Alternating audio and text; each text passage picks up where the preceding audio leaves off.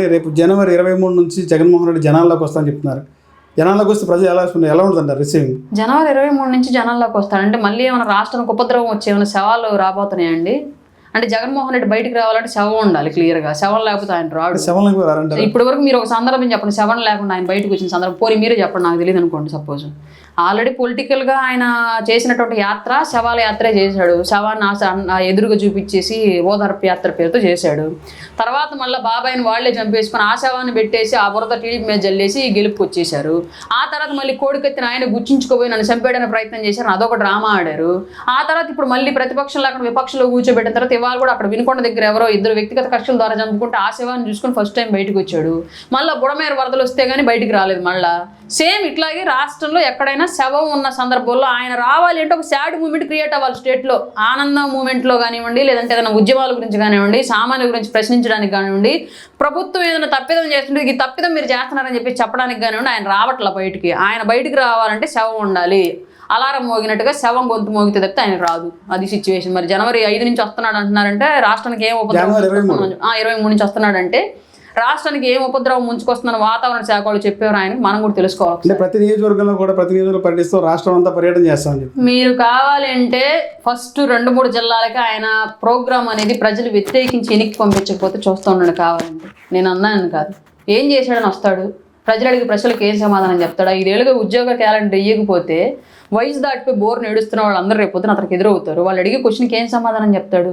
Fee reimbursement అనే పేరు పెట్టి కాలేజీ యాజమాన్యాలకు కాకుండా తల్లిదండ్రుల అకౌంట్లో డబ్బులు వేస్తానని చెప్పేసి అని ఇప్పటివరకు డబ్బులు వేయకపోతే కాలేజీ యాజమాన్యాలకి టీసీలు ఇచ్చి పంపించేసే, ఎగ్జామ్స్ కూడా రాయనీయకుండా బొచ్చడు మంది డ్రాప్ అవుట్స్ అయ్యి వాళ్ళు బయట తిరుగుతున్నారు. రేపు పొద్దున వాళ్ళందరూ ఎదురెడితే ఏం సమాధానం చెప్తాడు? ఇలా చాలా సమస్యలు ఉన్నాయి. మద్యం నిషేధిస్తా అన్నావు, నీ టైంలో నువ్వు మద్యం నిషేధిస్తా అన్నావని మేము ఓట్లు వేసామని చెప్పేసి రేపు పొద్దున మహిళలు బోర్ని వెళ్ళి అడుగుతారు. ఏం సమాధానం చెప్తాడు వీటన్నింటికి? ఇట్లా ఎన్నో సమస్యలు జగన్మోహన్ రెడ్డి టైంలోనే క్రియేట్ చేయబడి పెద్ద స్థాయికి ఎదగబడిన సమస్యలు బోలెడు ఉన్నాయి. ఆ బాధితులంతా రేపు ఎదురవుతారు. వాళ్ళని ఫేస్ చేయగలిగితే ప్రజల్లో ఉంటాడు. ఫేస్ చేయలేకపోతే 1 నెల 2 నెలలకే తోక ముడిచి మళ్ళీ తాడేపల్లికో బెంగళూరుకో వెళ్ళిపోతాడు. మేడం ఫైనల్గా చెప్పండి, లాస్ట్ ఇప్పుడు వరకు ముఖ్యమంత్రులు మీకు బెస్ట్ సీఎం అంటే ఎవరు చెప్తారు? బెస్ట్ సీఎం అంటూ నాకు తెలిసినంత వరకు ఇప్పటి వరకు ఎస్పెషల్లీ మేము కూటమిలో ఉన్నాం కాబట్టి మాట్లాడట్లేదు. ఆంధ్రప్రదేశ్ విడిపడిన తర్వాత ఏర్పాటైనటువంటి 4 ముఖ్యమంత్రులు బెటర్ వన్గా నేను సిబిఎన్ గారిని ఇప్పటివరకు చూశాను. ఇక మీదట వచ్చే వాళ్ళలో ఎవరుంటారు ఏంటనేది తెలియదు. అంటే ఈయన మార్క్ని బీట్ చేసి ఇంకా అభివృద్ధి చేయగలిగే స్థాయిలో ఎవరైనా ఉంటారా లేదన్నది మనం భవిష్యత్తు చెప్పాలి. ఇప్పటివరకు నాకు ఊహ తెలిసిన తర్వాత నేను చూసినటువంటి ముఖ్యమంత్రులు అయితే సిబిఎన్ గారు బెటర్ సీఎంగా ఉన్నారు. ఇప్పటి వరకు జనసేన పార్టీ పవన్ కళ్యాణ్ సీఎం చేయాలనేదే మెయిన్ ఎజెండా. భవిష్యత్తులో పవన్ కళ్యాణ్ సీఎం అవుతారంటారు? పవన్ కళ్యాణ్ గారు సీఎం అవ్వాలి అన్నటువంటి ఎజెండాతో మేము పనిచేసాము. రానున్న రోజుల్లో కూడా మాలో ఆ ఆశలు ఆశయాలు అలాగే ఉన్నాయి. దాని గురించి పని చేస్తాము. ఆయన అంతకన్నా బెటర్ పొజిషన్కి వెళ్తే ఇంకా సంతోషమే. ఆ పొజిషన్ కోసం కూడా ప్రయత్నం చేస్తూనే ఉంటాం 100%. మేడం సింగిల్ లైన్ చెప్పాలంటే సిబిఎన్ అంటే ఏం చెప్తారు? ఒక టెక్నికల్ ఇన్స్టిట్యూట్. పవన్ కళ్యాణ్ గారు సామాన్యుడి వాయిస్. జగన్మోహన్ రెడ్డి మనీ జలగనే లిచ్. డబ్బు అధికారమే కావాలి, వేరే ఇంకేం అవసరం లేదు. దీనికోసం తల్లిని వదిలేస్తాడు, చెల్లిని వదిలేస్తాడు, బాబాయిని చంపేస్తాడు, ఇలా ఏమేం చేసేస్తాడు. డబ్బు పవర్ ఈ రెండే ముఖ్యం. నారా లోకేష్ గారు తండ్రికి తగ్గ తనయుడు. మేడం ఫైనల్గా ఒక్క మాట చెప్పండి, జనసేన పార్టీ త్వరలో బీజేపీలో విలీనం అవుతుందని ప్రచారం జరుగుతుంది. నిజంగా జనసేన పార్టీ బీజేపీలో కలుస్తుందా? నాకు పవన్ కళ్యాణ్ గారు మాలాంటి వాళ్ళందరికీ మొదట్లో ఇచ్చినటువంటి హామీ, నా దేహాన్ని 4 మోసేంత వరకు నేను జనసేన పార్టీని నిలబెడతాను, నన్ను నమ్మి నాతో నడవండి అన్నారు. ఆయన నమ్మి ఇప్పటి వరకు నడిచాం. ఆయన ఏ నిర్ణయం తీసుకున్నా ఆ అడుగుజాడల్లోనే ముందుకెళ్తాం. కలుపుతారా లేదా అన్నది నాకు తెలిసినంతవరకు ఎట్టి పరిస్థితుల్లో ఆయన అట్లా విలీనం చేయరు. ఒకవేళ అట్లాంటి పరిస్థితులు ఏమైనా క్రియేట్ అయితే దానికి కూడా ప్రజలకు సంబంధించినటువంటి కారణాలు ఏవో ఉంటాయి తప్ప వ్యక్తిగత కారణాలు అయితే ఎట్టి పరిస్థితుల్లోనూ ఉండవు. గత 5 ఏళ్ల పాటు మీరు చాలా ఇబ్బందులు పడ్డారు. అంటే రాజకీయంగా కూటమి అధికారంకి వచ్చింది. ఈ 6 నెలల్లో ప్రశాంతంగా ఉందా మీకు అప్పటికప్పుడు పోల్చుకుంటే? అంటే నేను ఒక్కదానే కదండి, నాలాగా రాజకీయ పార్టీలో ఉన్నటువంటి మహిళలందరూ కూడా ఒక అరాచక శక్తుల వ్యవస్థ నుంచి ప్రశాంతంగానే ఉన్నాం. క్లియర్గా నేనే కాదు, వైసీపీలో ఉన్న వాళ్ళు ప్రశాంతంగానే ఉన్నారు. ఎందుకంటే కూటమిలో ఉన్నటువంటి నాయకులు కూడా క్లియర్ ఇన్స్ట్రక్షన్స్ ఉన్నాయి. ఎట్టి పరిస్థితుల్లో కూడా మీరు పొలిటికల్ బాక్స్ దాటి అవతల వాళ్ళని విమర్శించడానికి వీల్లేదు. మార్ఫింగ్లు, తప్పుడు పోస్టులు, తప్పుడు బూతులు కామెంట్లు ఇట్లాంటివి పెట్టడానికి వీల్లేదు, తప్పుడు కేసులు పెట్టడానికి వీల్లేదు అని క్లియర్ ఇన్స్ట్రక్షన్స్ ఉన్నాయి. సో నేనే కాదు, వైసీపీలో ఉన్న మహిళలు కూడా ప్రశాంతంగానే ఉన్నారు. జనసేన పార్టీ అయినోళ్ళ కాకుల్లో కానంలో కంచాల్లో పెడుతుంది. కారణం ఏంటంటారు?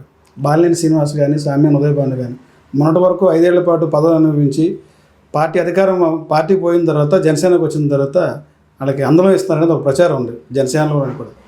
సామ్యం ఉదయభాను చూస్తే జిల్లా అధ్యక్ష పదవి ఇచ్చారు. ఉదయభాను గారికి జిల్లా అధ్యక్ష పదవులు ఇచ్చారు, బట్ వాసు గారికి ఇంకా ఏమి బాధ్యతలు అప్పగించలేదు. అంటే కొంత రూమర్ కూడా నడుస్తుంది. వాస్తవం ఎంత అనేది భగవంతుడు తెలియక త్వరలో జయమంగళం రాజీనామా, వైసీపీ నుంచి జయమంగళం రాజీనామా చేశారు కనుక అదే ఎమ్మెల్సీ సీటు బాలినేనికి ఇస్తున్నారు అనేది ఇవ్వాలి అని నేను కూడా కోరుకుంటున్నానండి. ఎమ్మెల్సీయే కాదు, జిల్లా అధ్యక్ష బాధ్యతలు కూడా, జనసేన పార్టీ ప్రకాశం జిల్లా అధ్యక్ష బాధ్యతలు కూడా వాసు గారికి ఇస్తే పార్టీ జిల్లాలో ఊపందుకుండిద్ది అని చెప్పేసి నేనైతే ఈగర్గా వెయిట్ చేస్తున్నాను. ఎందుకంటే ఏ పార్టీని నడపాలి అన్నా ఆశయాలు, శ్రమ, కష్టం ఎంత అవసరమో దాంతోపాటు అనుభవం, ఆర్థిక బలం కూడా అంతే అవసరం. బాలినేని శ్రీనివాసరెడ్డి గారి దగ్గర అనుభవము అలాగే ఆర్థిక బలము కూడా ఉంది. దానికి తగ్గట్టుగా పవన్ కళ్యాణ్ గారి ఆశయాలను కూడా ఆయన పుణికిపుచ్చుకున్నారంటే 100% ప్రకాశం జిల్లాలో జనసేన పార్టీ పరుగులు పెట్టిద్ది అభివృద్ధి దిశగానైతే నేను బలంగా నమ్ముతున్నాను. తొందరలో జరగాలని కూడా కోరుకుంటున్నాను డెఫినెట్గా. మరి గత 5 ఏళ్లలో మీ పార్టీ వాళ్ళ మీద అక్రమ కేసులు బనాయించి ఇబ్బంది పెట్టారని చెప్పి కూడా బాహాటంగా టీడీపీ జనసేన కూడా ఆరోపించింది ఆయన వచ్చే ముందు కూడా. యాక్చువల్గా మర్చిపోతారంటారా?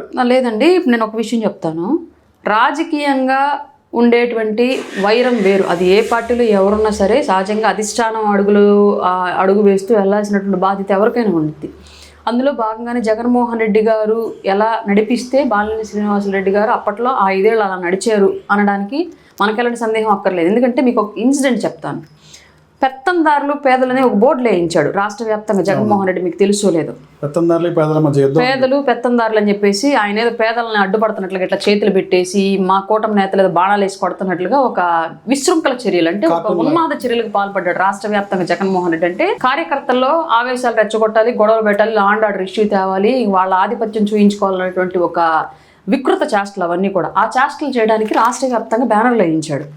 అది ఒంగోలులో వచ్చేటప్పుడు అప్పటికే కొంచెం బాలినేని శ్రీనివాసరెడ్డి గారికి అండ్ జగన్మోహన్ రెడ్డి గారికి మధ్య కొంత ఏదో పొసగక ఇబ్బందిగా ఉన్న సిచ్యువేషన్ మనం చూసాం. అప్పుడు ఆ టైంలో బాలినేని శ్రీనివాసరెడ్డి గారు జనరల్గా బ్యానర్లు వేయించలే ఒంగోలు ప్రకాశం జిల్లాలో. దాన్ని బాలినేని శ్రీనివాసరెడ్డి గారికి వ్యతిరేకంగా ఉన్నటువంటి వైసీపీ వర్గంతో ఆ బ్యానర్లు వేయించాడు జగన్ ఒంగోలు. వేయించినప్పుడు సహజంగా మేము ఆ బ్యానర్లు తీసేయించమని చెప్పి అప్పుడు రాష్ట్ర వ్యాప్తంగా ప్రొటెస్ట్ చేశాం. అందులో భాగంగా ఒంగోలులో కూడా చేశారు. జిల్లా అధ్యక్షులు, ఒంగోలులో ఉన్నటువంటి జనసేన క్యాడరు అందరూ కూడా చేశారు. అప్పుడు చేసినప్పుడు జరిగినటువంటి అన్ని చోట్ల రాష్ట్రంలో కేసులు బనాయిస్తే ఒంగోలు కేసులు పడలే ఎవరి మీద, మీరు గమనించారు లేదు, కాబట్టి ఇప్పుడు నేను వెరిఫై చేసుకోండి. ఒంగోలు కేసులు పడల. స్టేషన్లకు తీసుకెళ్ళినప్పటికీ కూడా ఎఫ్ఐఆర్ నమోదు అవ్వలేదు. చిన్నపాటి ఈవెన్ 151 నోటీస్ ఇవ్వడానికి కూడా పోలీసులు ఎవరు సాహసించాల. కారణం ఏంటి? అప్పటి నుంచి జనసేన మీద ప్రేమ ఉందంటారా? ప్రేమ ఉందా లేదా అన్నది అప్పుడు తర్వాత విషయం కానివ్వండి. తను జగన్మోహన్ రెడ్డి గారు తప్పు చేస్తున్నారు అన్న విషయాన్ని బాలినేని శ్రీనివాసరెడ్డి గారు రియలైజ్ అయ్యారు కాబట్టి ఆ రోజు జనసేన నేతల మీద, టీడీపీ నేతల మీద కానివ్వండి ఆ సిచ్యువేషన్కి సంబంధించి ఎవరు కేసులు పెట్టద్దు అని చెప్పేసి ఆయన పెట్టనివ్వలేదు. ఎవరి మీద కూడా ఆ సంఘటనకు సంబంధించి కేసులు నమోదు అవ్వాల. అంటే దాని అర్థం ఏంటి? అధిష్టానం తప్పు వైపు నడిపించింది వ్యవస్థను మొత్తాన్ని. ఇష్టపడ్డ వాళ్ళు అదే దారిలో నడిచారు, ఇష్టం లేని వాళ్ళు విభేదించి పక్కదారి వెతుక్కున్నారు. అందులో భాగంగానే ఈయన ఎలక్షన్కు ముందే వస్తారని మేమందరం ఎదురు చూసాం. యాక్చువల్గా వచ్చింటే బాగుండేది ఇంకా, బట్ అనుకోకుండా అది జగన్మోహన్ రెడ్డి గారి యొక్క మాటల్లో ఈయన కూడా పడిపోవడం మూలంగా ఇట్లాంటి ఇబ్బందికరమైన పరిస్థితి ఎదురైంది.